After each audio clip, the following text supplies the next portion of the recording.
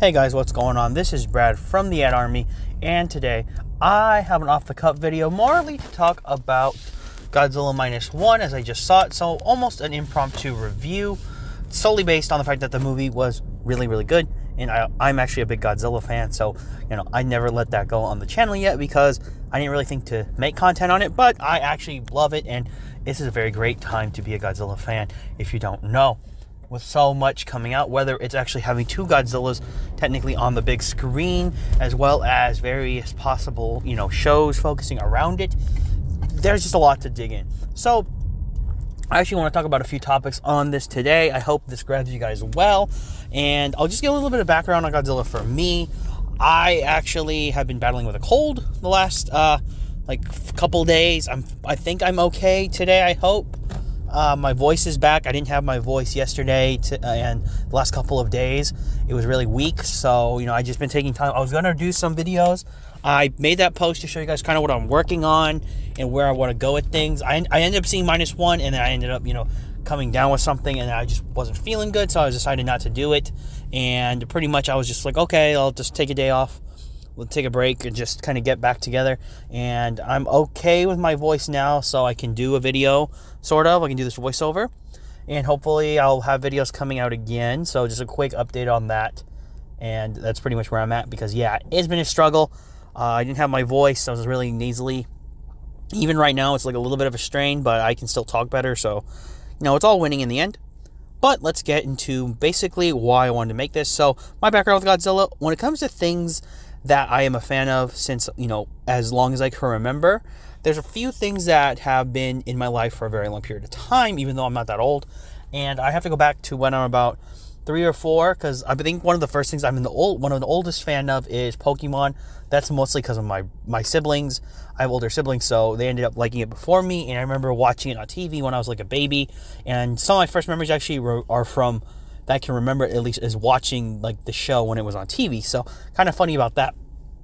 But that happened, at least to me.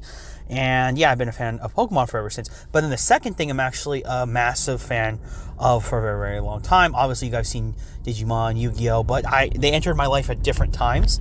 The biggest thing that's always continued throughout all my years is actually going to be Godzilla. So I was actually introduced to Godzilla when I was probably about 3-ish. That's when I've always been big on animals and dinosaurs and stuff. So I have a really, I wouldn't say a big pool, but a decent pool of knowledge that was kind of useless in terms of talking about this stuff, but I just love it. It's just like my jam, stuff like that. And I ended up watching, if you guys know the Disney movie, Dinosaurs, so that was one of my favorite movies. I was scared of the Carnotaurus in the movie because, as a 4-year-old, it just shoots out and you're like, in the first jump scare, right? And pretty much I was a fan of dinosaurs. So, naturally, as it progressed, I ended up becoming a fan of Godzilla. My family had, they had all the, funny enough, because I guess I can't say I'm kind of old at this point, is that we had VCRs, and then, if you guys don't, you guys know, some people know what those are, but VCRs are basically you have videotapes, so DVDs, and then now I guess it doesn't matter anymore because they're streaming and stuff, but we had VHS tapes of Godzilla, all the Godzillas, I guess, when they came out. This was before I'm born, of course, so my family had them because they would watch them. That was the thing people used to do. They just rent movies or watch videos or something. I ended up, seeing them as a kid because we had a VCR. Ended up watching Godzilla films, so I was very more of I liked it because it was cool looking, Godzilla, all that stuff. But it was more as I got older, I never really didn't stop liking it, and my fascination kind of grew as my mind matured. So I ended up watching all the movies to an extent. I think I've only never seen 2, or I think I'm only missing 2 movies I've never seen just because it's hard to find them on DVD unless you have the big collection thing, and it's kind of expensive. And then some of them were so old that they didn't really have copies of it made, so you kind of got to look for it. So it's the second movie. And I don't think I ever saw him versus the Sea Monster. But then again, some of the Showa movies, you don't really need to see them because they don't really add anything to the whole Godzilla film. But hey, it is what it is. But pretty much I've been a fan ever since. Watched it growing up. I've done some research. I really would want to say I'm not really a super, super deep, I think, as everybody would say, the deep fan where I know, every actor, because in all the Godzilla films from overseas, lots of different various Japanese actors and they actually do a very good job. I really like the stories for most of the Godzilla films, so they work. But yeah, it's like a really big part of my life that I've enjoyed this series, and it's actually a very good time to be about it now because there's just so much content for the G-Man right now. So it's kind of hard to not be happy if you're a Godzilla fan. But I want to get to kind of the first thing I want to talk about, obviously, right now is kind of how, I guess, some Godzilla fans are divided, whether they don't really like the American ones in the MonsterVerse, or, they're just not a fan of how they're taking Godzilla. Because with -1's release, and absolutely phenomenal movie, I can kind of understand with how people aren't so happy about the storytelling. However, I have my own opinions on that. I will just say it right away. I actually like all the content that came out. I know a lot of people that I spoke to actually weren't fans of Kong Skull Island, but I actually kind of liked it. I didn't really see what the issue was because it's telling a different type of a narrative. I think the biggest problem that a lot of people are having is, I'm not sure if they just don't like the way that the West is trying to take Godzilla. I don't think us in America are doing bad. I think Legendary is doing a pretty decent job. I do have a problem, I think, with maybe the way that people like the stories being told. And my reasonings are this. If you want to have a connective tissue series like they're doing, and make sure it all links together because they're doing the universe thing. I hate to say this to people who say, oh, it's really bad that they're doing this. All the Godzilla films from most of the eras, depending if they wanted to make them standalones, were all connective universes. So what I mean is, if you were to watch the Heisei series of Godzillas, so that takes place 80, 79 was when Godzilla technically had his first reboot again. After the original series, which is the Showa era, we would see that basically we'd have a web of connective tissue with the Heisei series. So basically, it goes from that Godzilla to Godzilla versus Biollante, and eventually to Godzilla versus King Ghidorah, and then Mothra, so on and so forth, and then it ends with Godzilla versus Destroyer. However, in a few of the movies, we have the connective tissue, which takes place sometime, obviously after the last movies. So a good example of this would be in Godzilla vs. King Ghidorah. They reference the Biollante movie, which happened before it. Actually, no, that's in Godzilla vs. Space Godzilla, sorry. They reference Godzilla versus Biollante. They also reference Godzilla versus Mothra because literally they're connected. They're following movies. So all of the Heisei movies of the Godzilla era at that point were all connected, even though the only real recurring factors was obviously the fact that they had the other movies to reference. And yes, there were some characters who had recurring roles, a lot of the military generals, I guess, and the people in charge had recurring roles. And then the lady who was in Godzilla vs. Space Godzilla, who could talk to monsters, kind of has a connection with them. She's a recurring character. So my point is, this isn't anything new that the Godzilla series didn't have. I don't know why some people don't like it, I guess. Is it maybe more that they just don't like the fact that, I guess in the West we reuse the concept of making universes out of everything? But I really think for monster movies it works if they're all connected together, because it would make less sense to have standalone Godzilla films, have a standalone Kong film, and if they're a part of I guess the same branch universes, they're the giant monsters, why not have them all in the same universe? That's all I'm saying. Because I can understand why people don't like them. I wasn't originally a fan of 2014 Godzilla. I had to watch it a few times, and I actually started to like it a lot more as I started to watch it. And it's not actually because of the other movies coming out. It was more of the first run-through, depending on how you're feeling. Because when I was watching it, I didn't watch it in the movie. I watched it at home.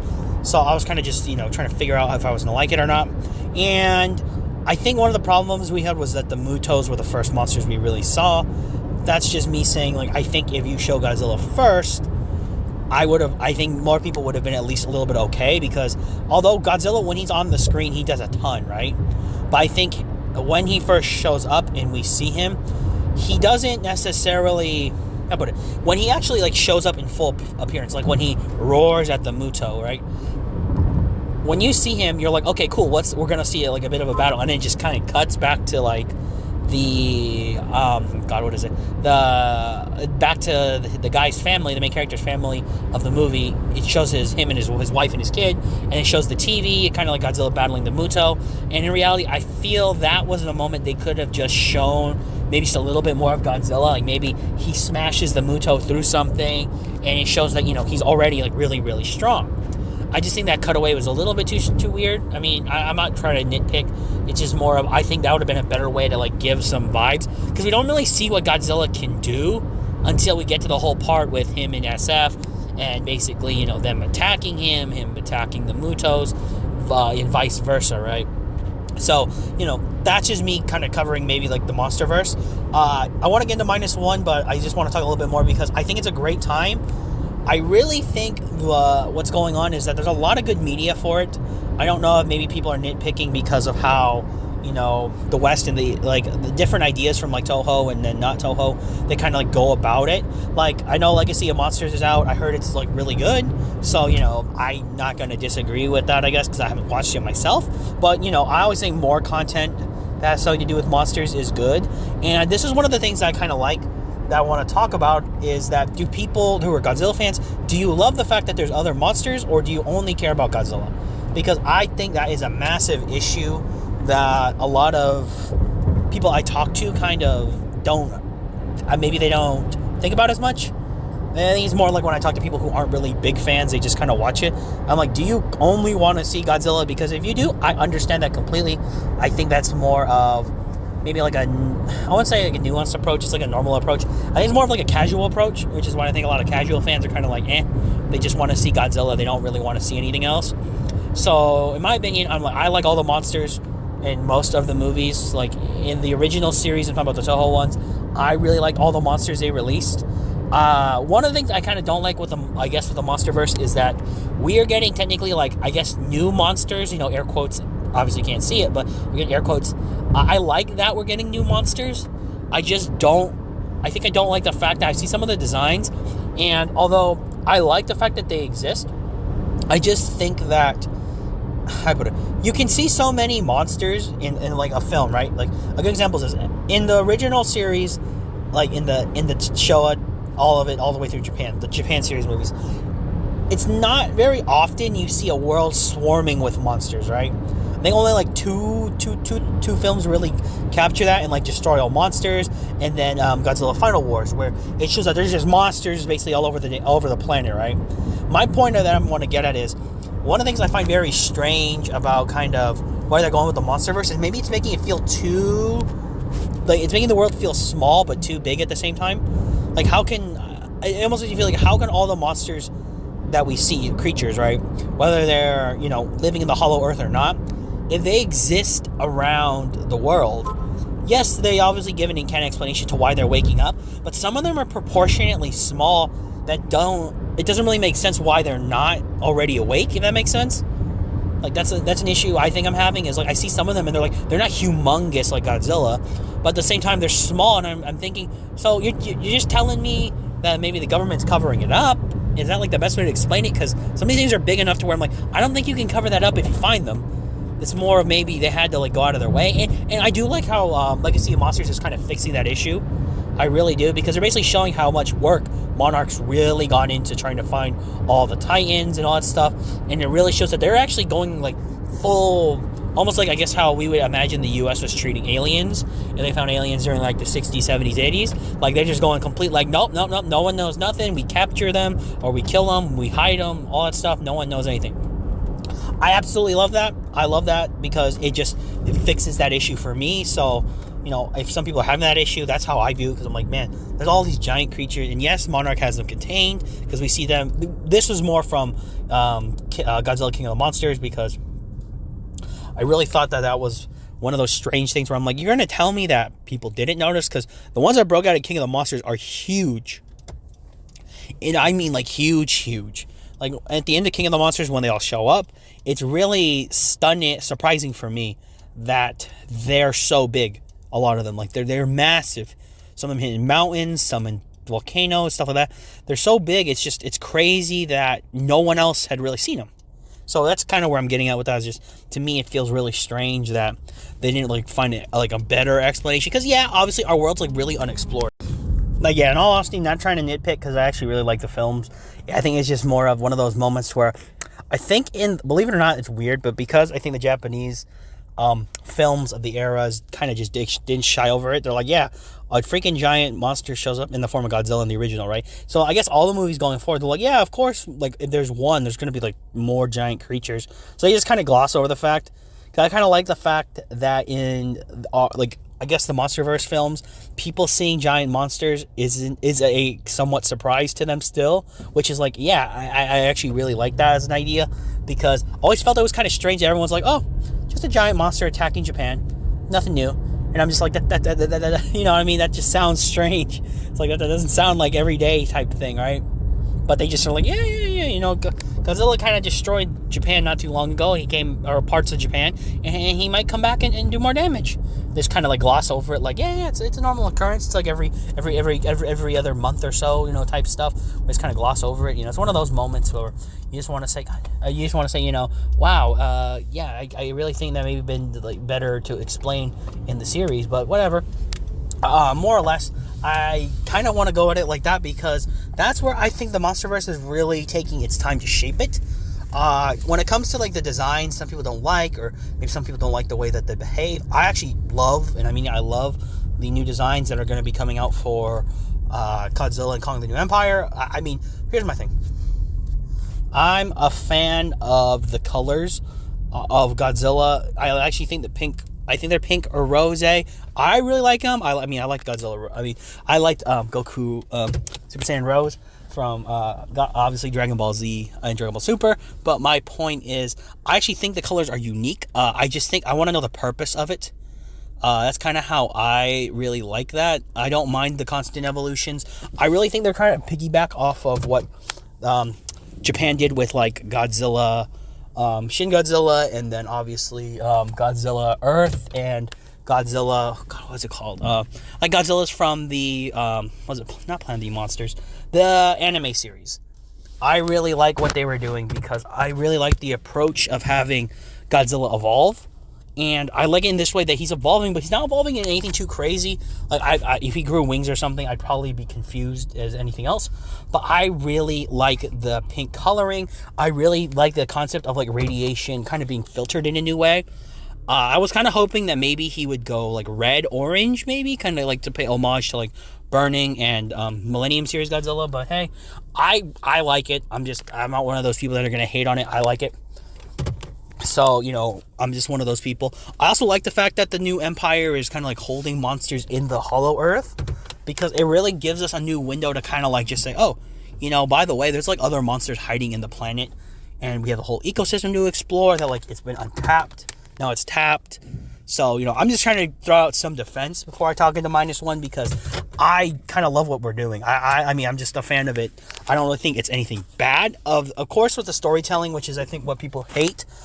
I'm not a fan that I think it's mindless. Some people talk about it being mindless. What phrase is it? Like mindless content. Like you're just supposed to watch it and like, oh, big monster smash. I think you can, but personally, that's more of for, I think, people to, like, casual fans to do.